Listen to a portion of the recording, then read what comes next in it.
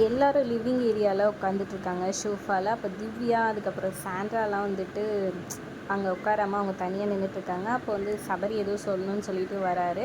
அப்போ உடனே வந்துட்டு ஸ்டாச்சுவெல்லாம் பேசலாமா, இன்னும் கேம் இருக்குது தானே, ஸ்டாச்சு எதுக்காக பேசணும், அப்போ நீங்களும் அவுட் அப்படின்னு சொல்லலாம். ஆமாம், நான் வேணால் விலகிக்கிறேன் இந்த ஸ்டாச்சு இதுலேருந்து, எனக்கு ஸ்டாரும் வேணாம் எதுவும் வேண்டாம், நான் இந்த ரோல்லேருந்து கழண்டிக்கிறேன்ற மாதிரி சபரி சொல்லிகிட்ருக்கிறாரு.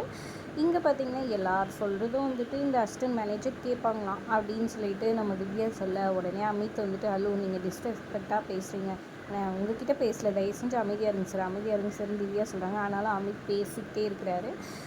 ஒரு பக்கம் பார்த்திங்கன்னா சபரி வந்து சொல்கிறாரு, நம்ம எல்லாம் வந்துட்டு நான் எப்படி 2 நாள் ஸ்டாச்சுவாக இருந்தனோ அதே மாதிரி எல்லோரும் இருந்துக்கலாம், பேசாமல் ஒரு பக்கம் பேசுகிறவங்க ஒரு பக்கமும் இருந்துக்கிட்டோம், பேசாதவங்க வச்சு என்ன பண்ண முடியுமோ அதை பண்ணிக்கலாம் அப்படின்ற மாதிரி சபரி சொல்லலாம்.